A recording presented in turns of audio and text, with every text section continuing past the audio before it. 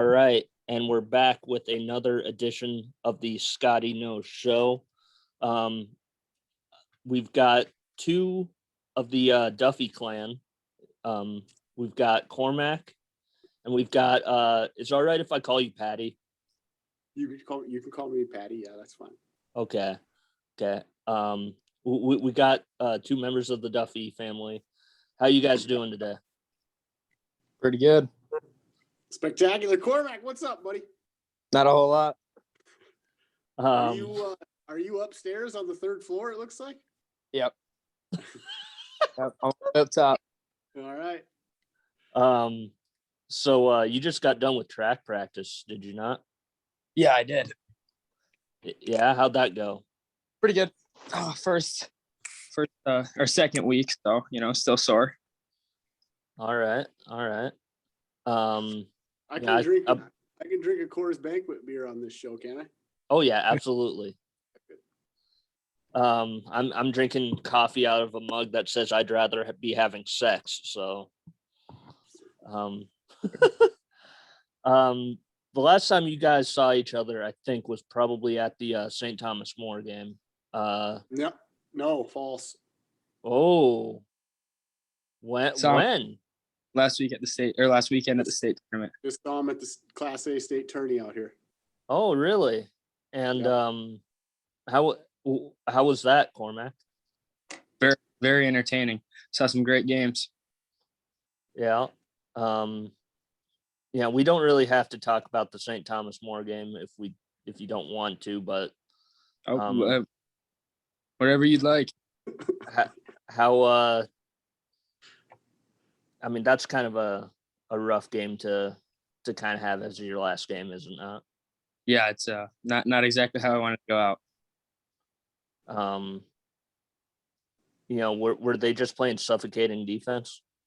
Oh yeah, we knew going into it that they were going to be the best defensive team we saw all year, and just weren't quite ready for it.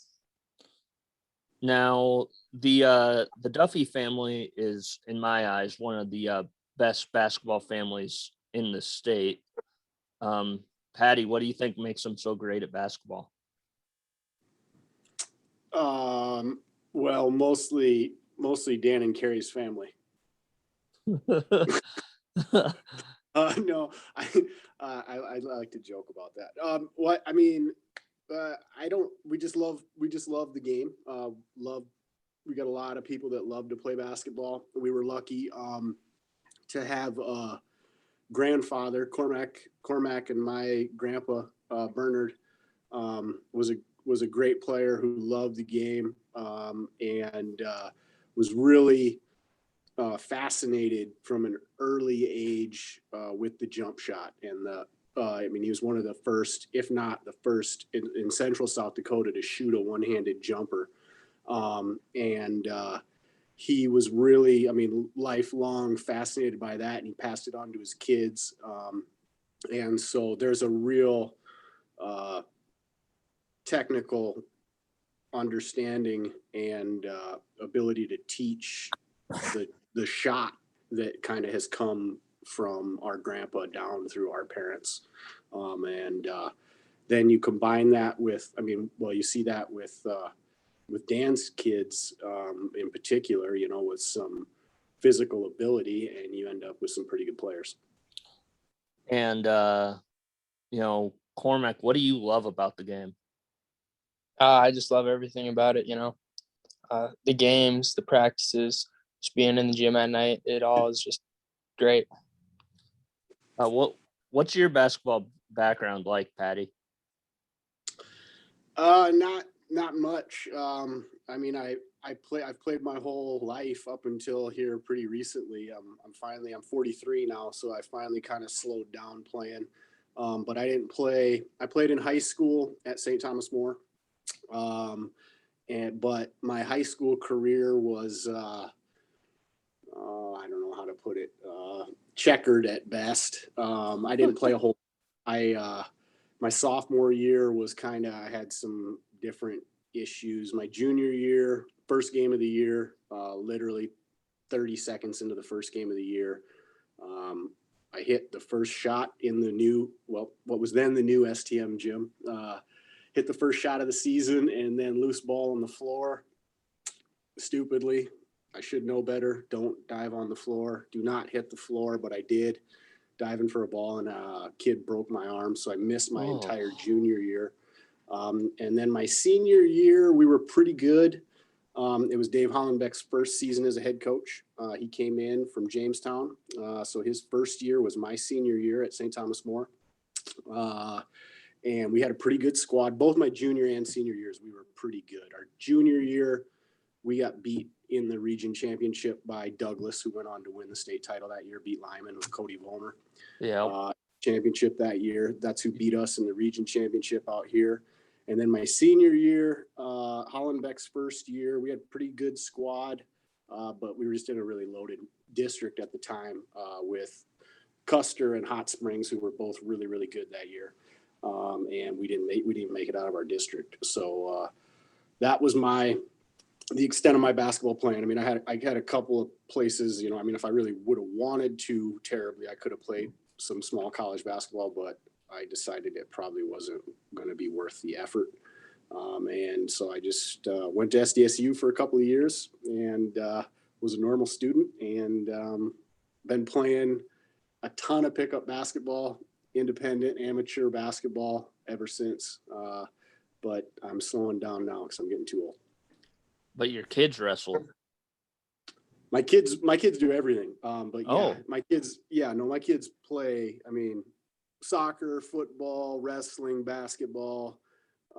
They're even trying to convince me to let them play baseball this summer. We'll see. Oh boy. Yeah, no, they do everything. So, but yeah, we've got the little kids state wrestling tournament. One of them for the first time, did not qualify this year. He had a tough region at his age group and weight, and just didn't have enough horsepower to get through the region. But the younger one, who was a state champ last year, he's back. He qualified, so we'll be down in Sioux Falls this weekend for a little kid grappling. Cormac, didn't you play football once? Yeah, I did. I played my sophomore year and then last part of my junior year. Okay, that's what I thought. Do you and your siblings just ball out in the driveway? Yeah. Well, I think it's normally me that balls out, but Eddie's getting there. Maddie's definitely there too. Yeah, Eddie, congrats to him. I think he has a national hoop shoot tournament that he's got to go to. Yep, he's heading down to Chicago at the end of April, I think. I believe so. Yeah, he's really been hitting the gym hard recently, getting in those free throws. He's only a 7th grader, right? Yes. Think he's going to play as an 8th grader? I don't know entirely. I don't know if my dad will let him. If he gets the opportunity, it's all kind of to be foreseen in the next year. Okay. You know, we'll talk a little bit about some college things that are happening. But first off, do you have any like post high school plans? Yeah, I'm planning on going to a 4-year university. I'm not entirely sure. Augustana is my number one choice right now. I've looked into DW a little bit. I still have to tour USD and SSU, but other than that, I went to a couple schools in Minnesota and checked them out. Didn't like them as much as I liked South Dakota schools. Which Minnesota schools, might I ask? St. Thomas and Hamlin. Okay. Earlier today, Black Hills State made it to the Final Four. That is insane. Patty, how you feeling about that? Excited. That's pretty awesome. You know, that's Ryan Thompson has done huge things with that program in the few years that he's been there since taking over. He's a great young coach, and they got, I mean, like any run that a school's going to make, you got to get kind of lucky, and they got supremely lucky getting Joel Scott out of Colorado, a kid that, you know, I mean, if he would have wanted to, you know, definitely could have probably played Division I basketball, but decided that he wanted to a little smaller school experience, and probably decided that he wanted to, be a little bit more of a focal point of an offense. And he has definitely gotten that. And I mean, he's going to go down, particularly with this, I would imagine. I mean, he's going to go down as the greatest player in Black Hills State history, really, I think. Heck of a player. Just awesome to see. Great for the school. A lot of recognition. But, I mean, the team they beat today was the number 1 seed, undefeated. Just a hell of a run. Yeah. Cormac, have you been paying attention to that at all? Nope, not at all. I don't really follow. I've been following NCAA Division I, girls and Okay. boys, but not really. Yeah. People forget that Black Hills State is a D2 school, I feel like. Yeah, They do. Yeah. For sure. I mean, people East. I mean, I tweeted that today. People East River, they think of Augie and Northern and USF, as the D2 schools in the state, and they kind of forget. I mean, it's been fairly recent that BH and Mines went up. I mean, they haven't been D2 forever, but it's definitely something that doesn't register with everybody in the state that those two are playing at that level. But I mean, this is going to definitely put BH more on the radar, I would think. South Dakota State is going to be hosting Drake on Thursday in the women's NIT. I believe the school is giving out like they're letting people in, like whoever wants to come in for free. Really? Yes. Just pack the place, huh? Yeah, just pack the place. At least that's why. At least for students, that is. If you're a student, come in for free. Well, isn't that the case all the time? Should be, but I think it might have changed since I went to school there. I didn't know that. Yeah. But yeah, no, that I had the pleasure of attending the semifinal and championship game of USD's WNIT run back, it must have been 7 years ago. Mm-hmm. And that was just awesome. So, I mean, I know there's some disappointment, obviously, in any school that goes to WNIT and that they didn't make the NCAA tournament, but making a run in that tournament and, hopefully winning it can be a pretty awesome thing in and of itself. So I hope people up in Brookings enjoy that. How's your guys' brackets, by the way? Terrible. Cormac? Mine's not horrible. I still got my final 4 teams, so I'm sitting well there. Okay. Upsets didn't turn out quite as I hoped.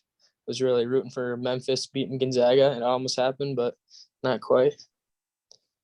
I had Gonzaga beating Illinois in the championship game. So oh my gosh. I had Gonzaga, St. Mary's, Illinois, and some other number 1 seed that got beat, I think. My whole Final Four except for Gonzaga's out. Okay. I still got my championship pick. I got Arizona. That's what I got. I got Duke. I will never pick Arizona to win a championship ever. I've got Duke, Purdue. I won't. Yeah. Okay. I would rather go 0 for 4 in the Final Four than pick either Arizona or Duke to be in the championship. And then USD is also making one heck of a run. One thing I forgot to point out. Got to cover up my sweatshirt. We're gonna start talking about the U. Hopefully nobody else sees this. I know. I forgot to mention SDSU. Their leading scorer over the past 2 games has been a freshman. Haley Timmer. Yep. St. Thomas More. Yep. Just churning out Division I contributors left and right. Yep. But back to USD. They will be playing Michigan in the Sweet 16. I believe that's on Friday or Saturday. Yep, they'll play Saturday. Okay. And it's in Wichita, which is not honestly not that far of a drive from Vermilion. 6-hour drive. Yeah. I'd imagine they'd have a pretty good contingent down there. Yeah. I mean, this is fantastic for the state to see a team from South Dakota do this. Doesn't matter what school. Oh, absolutely. Well, and I mean, I think in 2019, the Jackrabbits were in the Sweet 16. So it's the second time in 3 years that one of the two has been in the Sweet 16. It's amazing. It's awesome. I mean, not to take anything away from what the Jacks did. Obviously, it was great that they got to the Sweet 16, but for USD to go in to Baylor, an absolute national power, and not just nip them, or not just beat them in a way where everybody could complain about the officials or bad call or lucky shot or lucky bounce or whatever. Just go in and flat ass dominate them on their home floor for 40 minutes. I mean, that's pretty damn impressive. Yeah. That I think they started out on like an 11-0 run. 11-0. And I was like, it was insane. Yep. I think you've had this discussion. I kind of want Cormac's thoughts. What is the best state basketball tournament?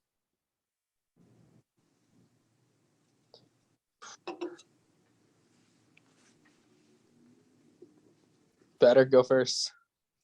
Oh, me? You Did want you me to ask go first? I can't say. I've never been to a Class B state tournament. Oh, Okay. I would. mean, I say Class B boys personally. Well, I shouldn't say I've never been to a class. I've been to a Class B girls tournament. I've never been to a Class B boys up in Aberdeen. So I can't say. That's what everybody that's been to one says, is that it's the best. I'm not going to argue. I'm not going to argue with that.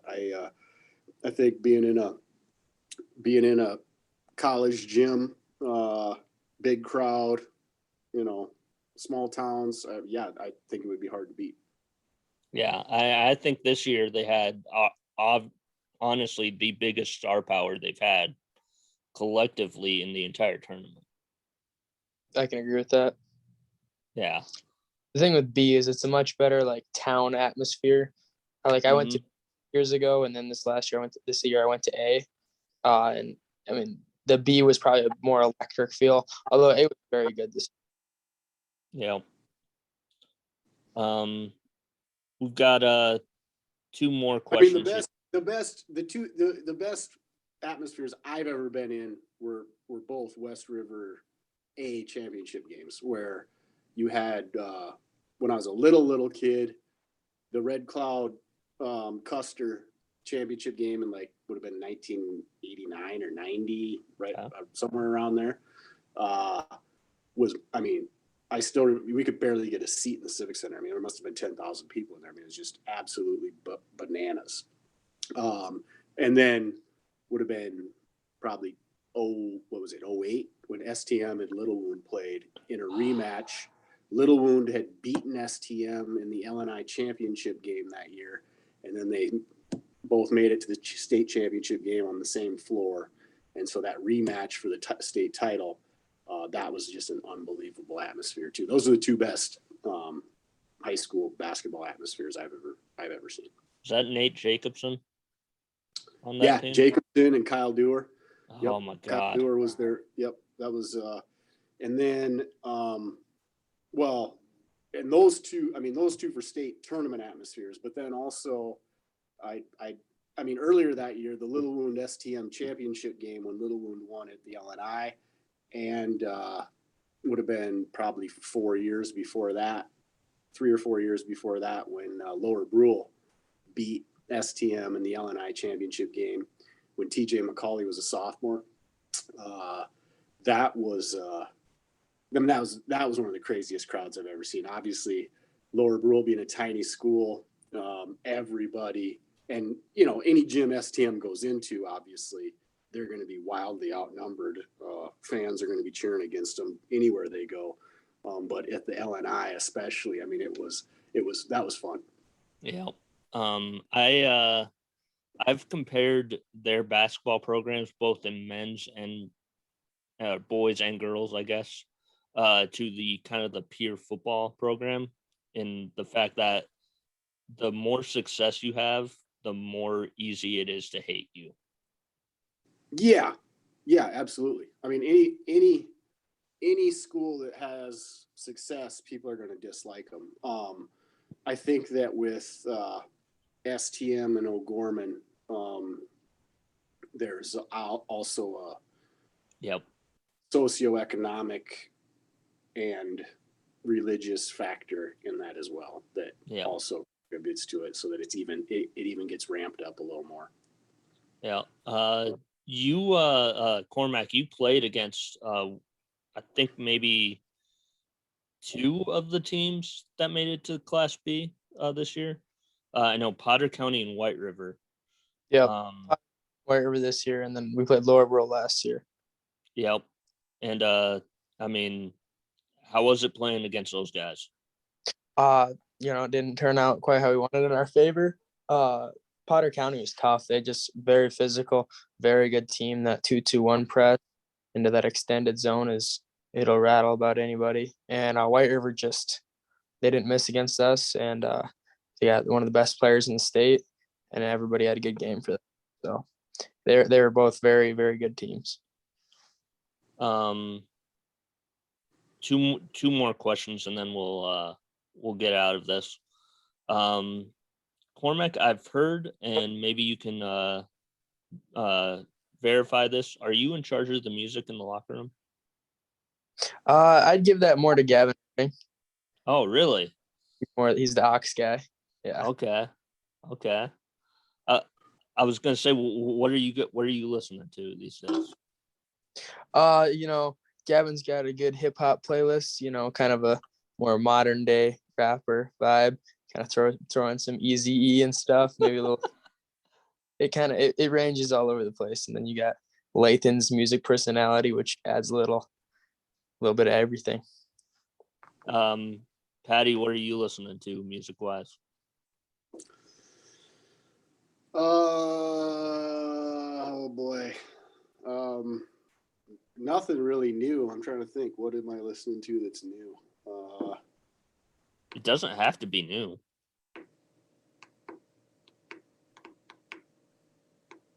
I feel like there was something new I was listening to, but I can't think of it off the top of my head. I'm a classics guy. I mean, I listen to a lot of Motown.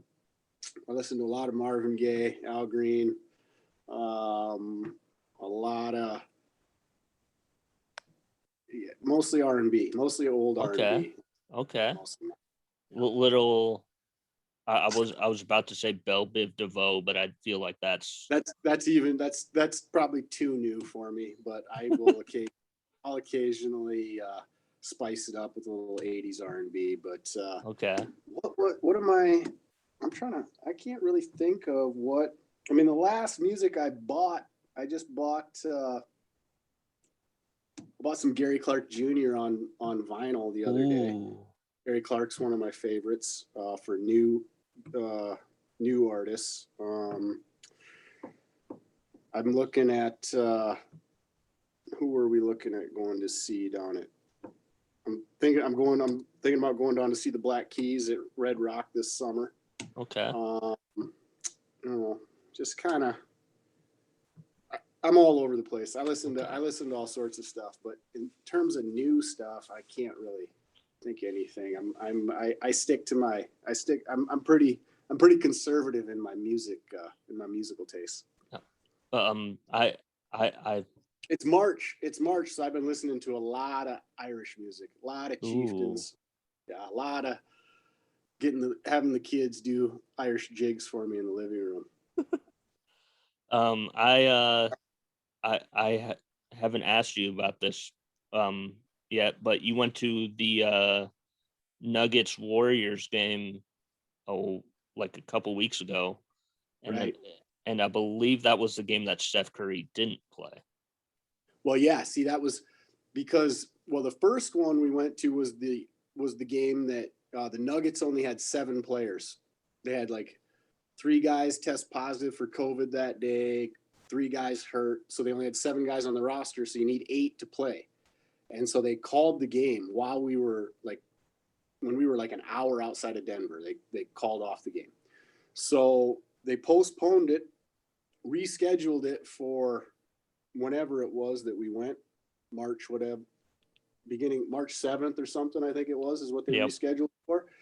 But so they rescheduled it for a Monday night. Well, the Warriors they played the Lakers in LA Saturday night, and then flew to Denver to play the Nuggets on Monday, and then had to fly back to play a home game on Tuesday, and then had to fly back to Denver to play on Thursday, I think is what it was. So it was really, so basically what they did was just like, no, Klay Thompson, Steph, and maybe somebody else. They're like, you guys just stay home for the Monday game. We'll go from LA on Saturday night. You guys just go back to San Francisco. We'll go to Denver and play with our G League guys, basically, and then come back.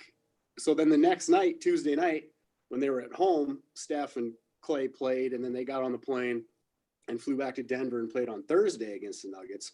But that Monday game, the Warriors just came with a skeleton crew, and it was actually a great game.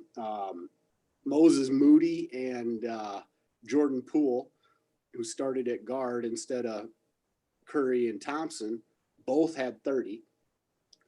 So, I mean, it was still, I mean, and I think it ended up being like 131 to 123 or something. Wow. Jokic had a 32-point triple double. I mean, it was still a great game, but I mean, you know, That You got- reminds you That got 5,000 people in the gym with your jersey on, and you're not even in the state. It's like a yeah. lot of Steph Curry fans sad on Monday night. My kid being one of them, but you know, it is what it is. Yeah, there was a girl that he ended up signing an autograph for on that Thursday, and I'm On like, the Thursday, on the Thursday game. Yeah. I'm like, that reminds me of in 2016, I was driving down to Dallas for WrestleMania weekend, and decided to take in an Oklahoma City Thunder game, and they were playing the Clippers on a Thursday. It was on TNT, and They load managed Kawhi. no, this was 2016. Oh, okay. Yeah. So, I got to see Durant and Westbrook play together, but like a day or two before that, I believe Blake Griffin punched like a trainer and broke his hand. Oh yeah, I remember that. And I remember it. he got suspended. Chris Paul and JJ Redick and DeAndre sat out for rest. So I got to see Jamal Crawford and Austin Rivers both go for like 35 points, and then Steven Adams make a game-winning bucket. Nice. I would never complain. Jamal Crawford's one of my all-time favorite players, so I would never complain about seeing Jamal get to light it up. Do you know if we're gonna have that Duffy Memorial Tournament again? Nope, it's done. It's done? Yeah, we had it for 4 years. 4 years. Yep, 4, and then that was it. We were gonna do it for 4, and that was it. Oh man. I look forward to that every year. It was a lot of fun. It's just I mean, well, Cormac's dad, John, had to do a ton of work to put it on, and that's always one of the things for 4 years we will have it to memorialize him and remember him, and then after that, after 4, we're done. All right. Well, this was a lot of fun for me. Stay on for the post show, but you guys have any closing thoughts? I'm sure Cormac does. Oh no, not that I can think of. All right. Well, I mean, I got all sorts of thoughts. I could just give them all. I think you'd drive away your audience though. yeah. Well, thanks for coming on. Anytime, man. Thanks for having us.